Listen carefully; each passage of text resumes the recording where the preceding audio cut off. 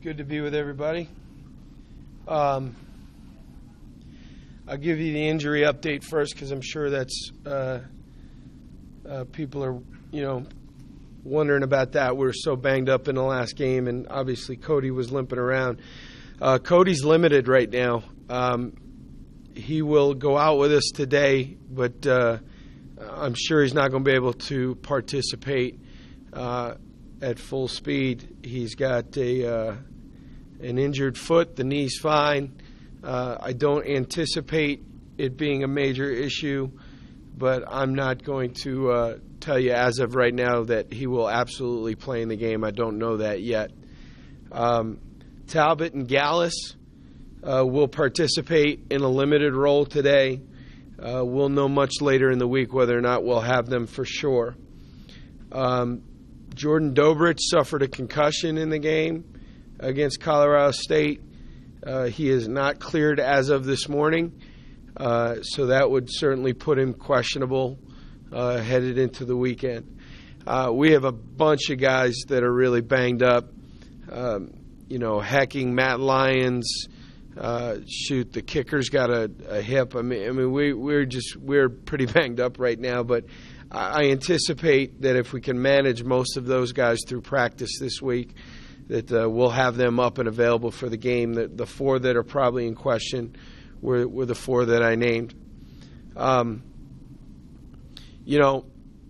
Before we get into San Jose State, and when the season's done, we'll have the opportunity to look back and touch on a lot of these issues in greater detail. But I'm very well aware of where we are right now. The fact that the bowl streak is now officially ended, the winning seasons, and I just want people to know we are all very disappointed by that, especially for the former players and the former coaches that worked so hard to build that 8-year bowl streak. And all I can tell you is that we're immediately back at work trying to start a new streak and make sure that we honor those that did a great job before us. And our message right now to the team is first of all, it's senior based, making sure that the guys that only have 2 games of college football left in their careers, that we do them right. That we are building something, and what we do right now matters. What occurs here over the next 3 weeks and 2 games with the bye in between is very important to the future of our program. It's important to me that our team understands, and I think they've clearly figured out, that coming to play football for the Wolfpack and 8 and 9 win seasons and consecutive bowl games is not a birthright. You have to make it happen. And unfortunately for us, a lot of the guys that were making it happen for the last couple of years aren't with us. And when a new crew had to step up, including a new staff, including myself, we fell short. And the reality of it is, and this is the last thing I'll say about this until we hit the end of the year, but the reality of it is, and I'm going to talk extensively with the team about this, is that this is real life. People fall short. They're not successful all the time. It happens all the time. And the difference between those who will ultimately succeed and those who do not are the ones that persevere through the hard times and keep working. And simply, like I've said before, just keep chopping wood. And that is what we are going to pound with our team here in the next couple of weeks, is that we are not going to stop working just because it's hard right now. And we're not going to stop competing just because it hasn't gone the way we wanted it to go. This opponent this week is a good football team. They started off rough and ripped off 3 or 4 wins in a row, I believe, before losing a very, very close game at home Saturday night to San Diego State. San Jose on offense averages 28 a game. They have obviously a very good quarterback. They're throwing for 325 yards a game, rushing for another 141, so they're putting up a lot of yards. They're going to be similar to Colorado State in the sense that you're going to see multiple personnel groupings, multiple formations, motion shifts. There's going to be a lot of volume to their offense. I think they have explosive skill people. Tyler Winston, number 15, the freshman wide receiver, is very polished for a young guy. Obviously, staying with wide receiver, 89, Chandler Jones, a 5'11", 1A senior, very good player. Obviously, Fales is a very, very good thrower and a good quarterback. I mean, I'm not trying to short-sight him, but short-sell him. But he's not going to run the ball because he wants to run it. He'll run the throw, and he'll run when you flush him out. But he's an excellent thrower,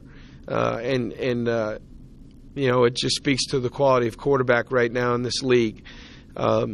Billy Freeman, 18, true freshman tight end, very good player. They have two freshmen playing for him that have been productive, and then Lawson, is only 5'8", but he's 200 pounds. Running back out of San Jose is a good player. So they have explosive skill on offense. Defensively, they're a little bit tricky to prepare for because the packages will look completely different per game. I mean, they are really a package-driven defense, and that's not a negative comment, but they clearly have an idea what they want to do against specific opponents, and it can look very different from week to week. I know that their defensive coordinator spent some time at Cal last year, so we're going back to look at how Cal played us in the opener to see if there might be some clues there as well. High-pressure unit, going to bring it from a lot of different looks. And, again, multiple fronts, base out of a 3-4 personnel, but you'll see 3-4, you'll see 4-3 looks, and you'll see double eagle. Well, they'll have essentially 5 guys on the line of scrimmage playing as defensive linemen. They're gonna show us a lot of stuff. They have good team speed. I think they're physical. A lot of coverage concepts, a lot of different coverage concepts, which is a little bit unusual. Which they're putting a lot of faith in their guys in the sense that they do a lot of things. And I think they have 2 outside linebackers that can generate pass rush on their own.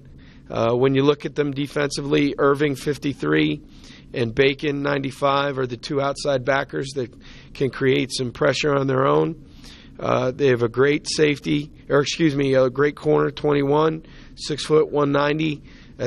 That is a good sized corner in Mountain West, and Hightower, 12, the safety. Is a very good player. And then in terms of their special teams, they have a kicker, Austin Lopez, who I know for a fact is really good because I tried to get him to walk on at Texas A&M. And I evaluated him in person a couple of times. And at the very end, San Jose came in with a scholarship offer. So I know him very well, and he's very good. So, this is... everybody's a challenge, and anybody in league play for us is going to present a challenge, and this team's no different. I think Coach Carragher's done a really good job. Coach McIntyre really took that thing from the cellar and built it up over a course of years, and Coach Carragher's and his staff have not skipped a beat. They've got good players, they've recruited good players, and they've got them playing really good, and had them bounce back from a rough opening part of the season, and they strung a bunch of wins together. So, that's where we're at headed into the game, and I'll take any questions. Coach, you played 3 quarterbacks that are probably first-round draft picks so far. How does Fales and Carr are probably a lot alike in the sense that they both understand the offense that they're running very well. They control it very well, and they can make all the throws. Neither guy is going to run to beat you. They'll run to throw it, and they'll run to stay alive, but they don't want to tuck it and go. That's not who they are. But he reminds me of Carr. I'm anxious to see what he looks like in person. On paper, it seems he would be an inch or 2 taller than Carr would be. But I'm anxious. I've never seen David in person, so I'm anxious to see what he looks like. Can you talk a little about what Cody has? He's got a sprained foot. Yeah. And you didn't mention Aaron. Do you think he's back this week? Oh, excuse me, Aaron Bradley. No, he is still questionable. He will not practice today. I apologize. Yeah, Aaron's nursing a hamstring. We've made significant progress. Hard to tell whether or not we've made enough to have him in the game plan for this weekend. One of the Boise guys asked me to ask you this question about where the Mountain West is this year. It struggles kind of as a league as a whole. Do you agree with that? And if so, why do you think that might be the case? I don't know. It's a good question. I mean, I would tell you that the Mountain West has exceeded my expectations because I had not had a ton of familiarity with our opponents until I studied them and seen them in person. Obviously Fresno is going to be the torchbearer. I think the difference some years is the ability to win some of those close games at a conference where Rutgers, Fresno finds a way to beat Rutgers. Utah State goes down to the Coliseum, loses 17-14. Wyoming goes to Nebraska, loses a very close game. I think in a given year, if our conference finds a way to win some of those close games on the road against the BCS level opponents, as opposed to losing very close games that are highly competitive, I think the outsider's view of the conference would be a little bit different.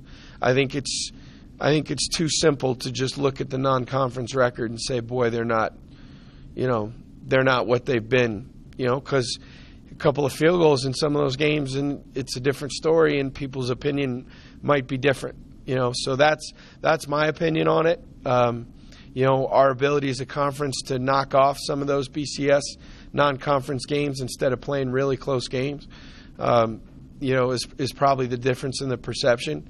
But as I view it and as I've gone through the league for the first time, I think this is really good college football. I really do. And I think it would match up favorably with opponents, in a lot of places. So. Been doing something on some seniors here in these final few weeks. Can you just talk a little bit about Chase and what he's brought to this team? Chase is one of my favorite guys on the team. He's immensely talented, in my opinion, talented enough to continue to punt at the professional level. Wants to be coached, wants to get better. Specialists have a reputation for being quirky. He's a football player. I mean, the shot he took on the fake punt was a real shot, and he bounced up with a smile on his face. He enjoyed it. And, on the long return that ended up getting called back, he made the tackle by taking a blocker and blasting him into the returner and knocking them both out of bounds, which I loved watching on film. So I really enjoy Chase. He's a great guy. He's fun to be around. His teammates like him. And this I have no problem saying publicly either. From the time that when I arrived here, Chase was kind of a borderline guy in terms of doing what he's supposed to do academically, and he was always eligible but capable much more. And when we arrived here, we challenged him, and he got his first 3.0 over the summer and has really worked his tail off in the classroom and is going to graduate here in December. And we were blessed to inherit him, and I'm very proud of him for his graduation and for the job he's done. And I think he deserves consideration for the Ray Guy Award. I mean, he's really had a great 5-6 week stretch here where he is just hammering the football. So I don't know that he was great necessarily, with that kind of backspin punt that, inside the 20. How do you get good at that, and how important is that moving on to the next level? Oh, well, the ability to pin people down, consistently hit touchbacks in Sundays and they'll cut you. You have to have the ability one way or the other, however you choose to do it, to pin people down, inside the 20. It was something that Lester kept working with him on, and it's with a specialist or any athlete for that matter. He's got to get good enough at it that they have confidence to use it in the game. And the first time he did it, he actually looked over to the sideline and asked Lester, should I do it? And Lester's yelling at him from the sideline, yeah, do it. And he did it. He's done it well in games, and now that his confidence has grown kicking the ball that way, he's, obviously feels good about it.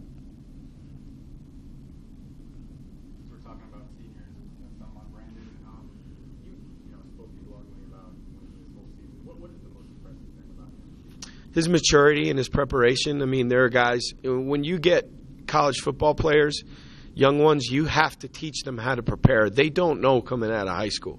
None of them. I don't care what program they come out of.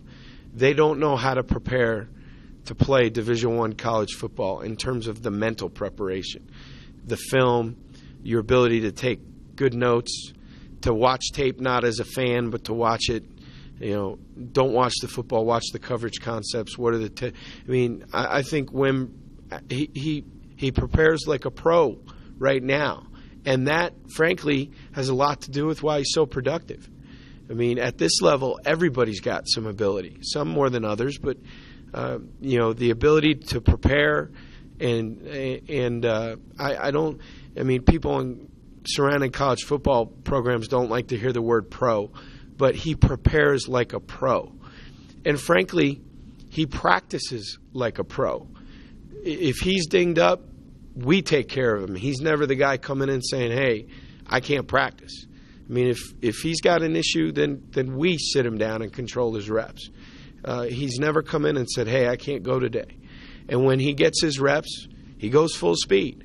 And that's why when the guy gets in games, he makes critical plays at critical times. And frankly, he shows ball skills that, that third down last week, we blow a protection. The quarterback's just throwing it up because he's about to have his head taken off because we've missed a blitzing corner. And he goes up between three people and goes and gets the ball. That doesn't just happen. I mean, it happens because he practices really well and he prepares really well. And that's what I appreciate about him most. And that's why I think he will have a chance to succeed at the next level, because he'll work himself into it. And frankly, the other thing I appreciate about him a great deal is this is a 6-year senior. Sometimes I think he's closer to my age than he is the freshman on the team. And he has never balked at anything that we've done as a new staff. He's never said, hey, I'm not doing it this way. He's bought in completely. And when I've asked him frank questions, just the two of us, he's given me frank answers. So, I respect him, I trust him, and unfortunately won't have him around past these next two games. But would it be ideal for these freshmen that we talked about, these young guys, to grow into him? Yes. I mean, one of the things you want to talk about, what can Joel Bitonio and Arenzi and Wimberly, what can they do to help this program in the next 2 weeks? Not only can they continue to play at a high level, they can sit down with the freshmen at their position groups and say, hey, listen, this is how it's supposed to be. This is how you're supposed to do it. And hopefully our young guys would be smart enough to be able to look at guys that play at that level and say, you know what, I'm going to listen to him because he's been there and done it. So, and I told those guys, I said, you are my first senior class. I'll be forever indebted to you. And your legacy, while I know they're very frustrated with how this season has gone, we'll see their real legacy 3-4 years down the road. And they'll be welcome back, and we'll put them in front of the team again and say, these are the guys that helped get us back to where we need to be. One of the other senior stories I'm doing is Fred. If you could just talk a bit about his kind of unique story. Fred is closer in age to the coaches than he is to the freshmen. Fred's a unique guy. He was a guy that was not towing the line when we arrived here, and from the moment that we've arrived and challenged him, he has done a fantastic job. He's on track to graduate. We've asked him to make a position move where he was a guy that might have played 20 plays a game at defensive tackle. We asked him to help us at guard. And while Fred has not been perfect, it is not because he doesn't care or that he hasn't tried his heart out. He's given us everything he has. It's a shame he hasn't been a guard his whole career, because that's what his body and his athletic skill set really matches best towards. But this is Division I college football, and when you move a guy in August, it's hard. It's hard, and it has been hard on him. And all he has done is keep his head down, never complained, and given us everything that he's had. And for that, we are deeply grateful. I know Fred cares. It means a lot to him, and we appreciate that. Did you do much interaction all? I've met his wife once. I've been around the babies a couple of times, but there hadn't been a ton. I wish there was more, but those kind of interactions normally don't happen during the season just because the strain of the schedule on everybody. How hard is it to be a D1 football player, full-time student, and a father of three? There are a lot of guys that can't handle just being a D1 football player and a student, quite frankly. I mean, there have been numerous examples here in the last 7-8 months of guys that couldn't handle the responsibility of both. And for Fred to do that, he's older, so he's been around the block. He understands. I think he's got a pretty good glimpse of what life without a college education would look like, and I give him a ton of credit for trying to change the lives of his children, which is what he's trying to do right now. And people forget that from time to time, that while the winning and the losing is incredibly important, the fact that guys like Fred are literally trying to change the path of generations by getting a college degree. And really that is, we teach competition and winning and losing matters, but that the fact that we're in the business of helping guys change lives and frankly generations is just as important, if not more. So. Do you think it'll be difficult at all these last couple of weeks to keep guys' eyes on the prize kind of thing? I imagine it could be a challenge, but it's a challenge that our staff is fully aware of, and we're going to come out with as much energy and enthusiasm today as we did the first day of August. Our staff. These next 3 weeks, including the 2 games, are pivotal to the future of this program, and frankly, we owe it to the seniors to put our best foot forward and give them a chance to win a game or two here at the end. And look, like I said before, this isn't. In baseball, when your career's done, you can go play beer league softball till you're 60.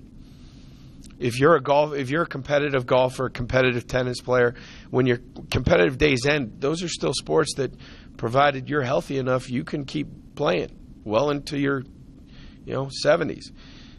Our sport is different. You only have so many opportunities, and for us to even think about wasting one of those would be just beyond my comprehension. You only get so many chances to play. So I would hope that we would never waste an opportunity, and I'm going to make a point of that. So. Anything else for Coach? Yes, Jeremy McCauley. We want guys like that for the future of our program. He is selfless. He loves football. He has physical limitations, but he's able to overcome them most of the time by the mere fact that he's always prepared, tries his hardest, never complains. Jeremy's a walk-on in our program who has beat out a number of scholarship players to earn playing time, and frankly, we would not have been able to line up and play without him this year. And if that walk-on situation at some point here in the future, I hope to rectify that because he's earned it. And there's NCAA limitations on when you can do things with guys, and I'll follow all those rules, but at some point I'd like to be able to reward that guy because he deserves it. He's a guy that, for whatever reason, was not thought of enough to earn a scholarship, yet he has outworked and outplayed guys that were recruited in front of him, and we wouldn't be able to line up without him. And I'm glad he's on our team. He's a great kid. So, good. Thanks, guys.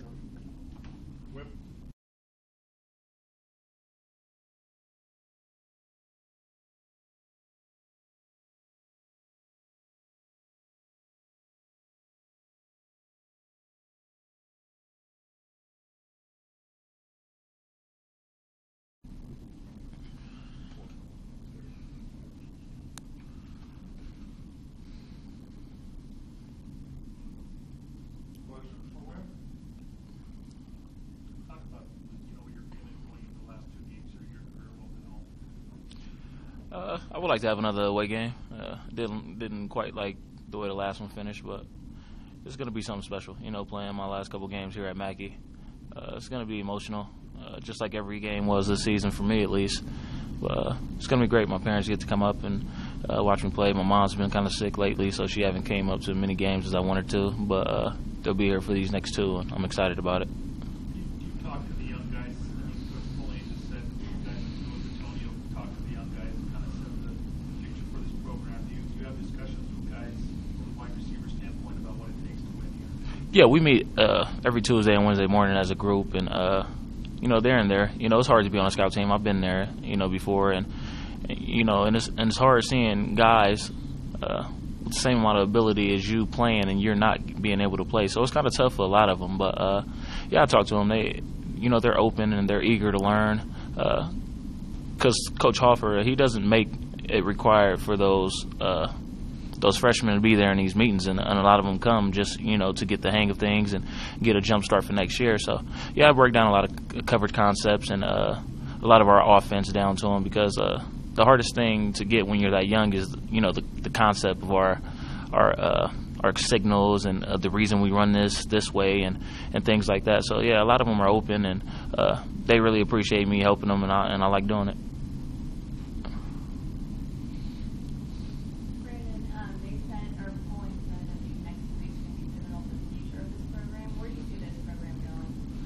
Up. I mean, there's nothing we can do but go up.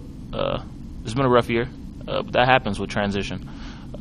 He's going to evolve with Wolfpack football, and I really believe in him. He's really showed a different coaching aspect as what I've been used to in the past, and it can only go up. He's done so many things for us, not only the program. He raised so much money and did things that I haven't been used to here, and a lot of young kids like it, and it's going to take some time for everybody to get used to. And just him coming at pivotal time in my career, it took a lot of time for me to actually buy in and really see where he was going. But once I did, and I've been all in since then, but only up. We have a rough year, and that happens when a head coach come here and coach for his first year, and just hopefully they get better and continue and build a new streak and a new legacy. Brandon, these last few games, what are your goals personally? Personally, help my team win. I got to catch the football and score in order for this team to win, and that's all I'm looking forward to do. We got a lot of guys banged up, but that doesn't mean we can't go out there and compete and still come out victorious. We go in every game with the same aspirations. That's to be 1-0 on Saturday night, and that's what we're going to do this week. We're going to prepare to win, and hopefully we get the W. What have you seen in San Jose State and their defense so far? They do a lot of things up front that we're not used to, but in the back four, like the coverage guys, it's man coverage. They're always going to test us, knowing that Cody can run the ball. They're going to man up on the outside and tend to get pressure on him. And, the O-line with the Union, we just have to block it and execute our game plan, and we'll be all right. But they have a lot of stunts with their front four. They're pretty good. They're fast. They're coming off a good year last year, so they have a lot of confidence, and they haven't been playing too shabby this year. So they're going to come here, expecting to win, and we're going to do the same thing. Certainly, a unique situation for you and all the upperclassmen to have 2 games left and really nothing to play for after that.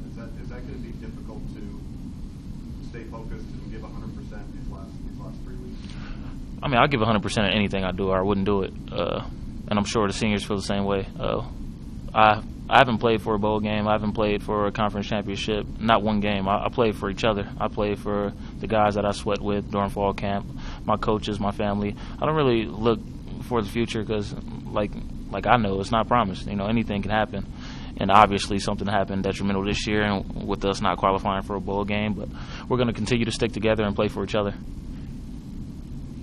I know the mantra's always 1-0, but after 4 or 5 games in a row, is it more difficult to kind of put that out of your mind? There's that weight over this team that you haven't had a win in a while? No, you go out there with the same aspirations. That's to be 1-0.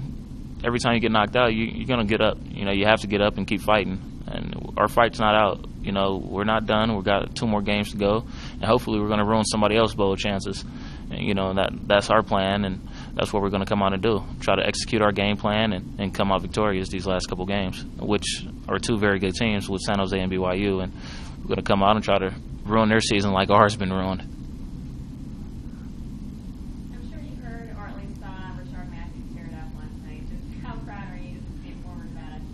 I am. I texted him last night. I said, about time. You know, his stats kind of look like mine with 11 catches and 120 yards. That's not that good, but it's pretty productive, you know. But I know he was proud. You know, he was happy to finally be involved more. And with the other receiver going down, he stepped up and made some big plays. And they came out with they did win by, 2, right? Oh, they lost by 2. Yeah, but anyway. He played pretty good, and you know, at the end of the day, in that business, a lot of it is, you know, individual success, and he played pretty good, and hopefully I see him in the future keep that going. Anything else for Win? Thanks, sir.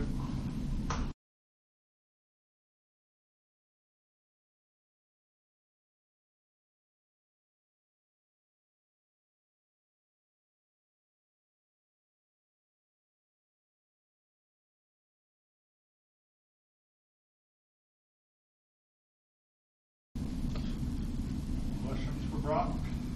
Brock, like you just asked him, I know the Monsters always want to know, but after a string of losses like this, is it harder to not think about during the season? I mean, obviously the season hasn't really turned out the way we want it to be, but in reality, we're just playing like we have nothing to lose. This week, we're going to come out with the same energy and intensity that we always would, and you know what, some of us even more, because, I mean, in my position as a junior, I want to send the seniors out winning these next 2 games, because that's what I would want my teammates to do for me, you know, if this were the case my senior year.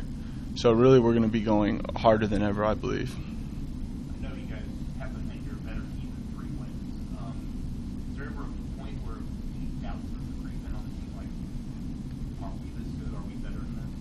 I mean, I feel like in our minds we know that we're better than this. I mean, if you look down to the games, it's just, you know, one assignment error here, you know, didn't pursue here, just little factors that just added up, and it really just came down to execution. But I mean, we know who we are, we know our potential, and you know, we're just going to keep improving as the weeks go on.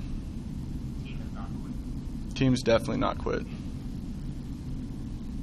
Brock, David Bale's obviously coming back for the first time since he was here as a freshman. Do you expect anything more from him, you know, just because he's kind of coming home in a sense? I mean, I feel like he's going to play great.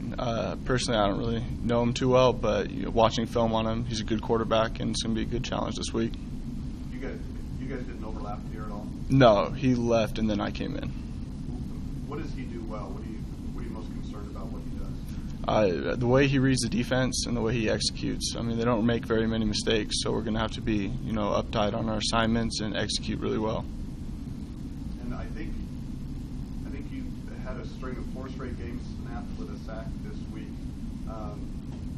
Your numbers probably were better earlier in the season. I know you're banged up. How much of your injuries and just being banged up is affecting your play out there?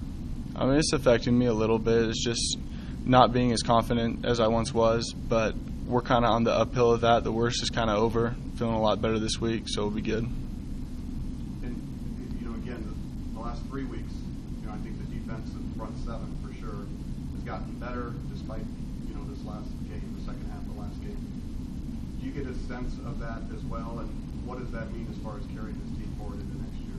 I mean, I completely agree with that. I think we have, and you know what, we're bringing everyone back, and you know that's important. I mean, except Jack, and you know we're trying to send him out with a win. And moving on to next year, I mean, I don't really want to go into that yet. I want to finish out these next 2 games, but you know I feel very confident in our front 7, definitely. Brock, what are your goals personally going into the last 2 games? I mean, I'm setting all personal goals kind of aside right now, and I just want to send our seniors out with a win. You know, I want to win these next 2 games for, you know, our community, for Coach Polian and all the other coaches. I mean, you know, people are kind of down right now, and, you know, as a team, you look at some of your teammates and they're kind of down. I mean, I haven't been, you know, had this record since I've been here, and, you know, no one expects a season to go like this. But, you know, with transition and things happen, you just got to make the most of them and kind of put your best foot forward and move on. But I think you played 3 of the last 4 in the road. How nice is it to have home games to close it out? yeah, it is really nice. You know, it's great to play in Mackey, and you know, I just hope we have enough, you know, fans to continue to support throughout the rest of the season. hopefully no one's lost hope yet. Brock, same question as I asked Richard, or asked Brandon about Richard. Just how cool is it to see, former Nevada player show off? I think it's great. I mean, when you see the guys, it's like, we were in the locker room together, we played against each other, and then you look at them and go to the next level and succeed. That's great. So it's really good. Anybody else for Brock? Right.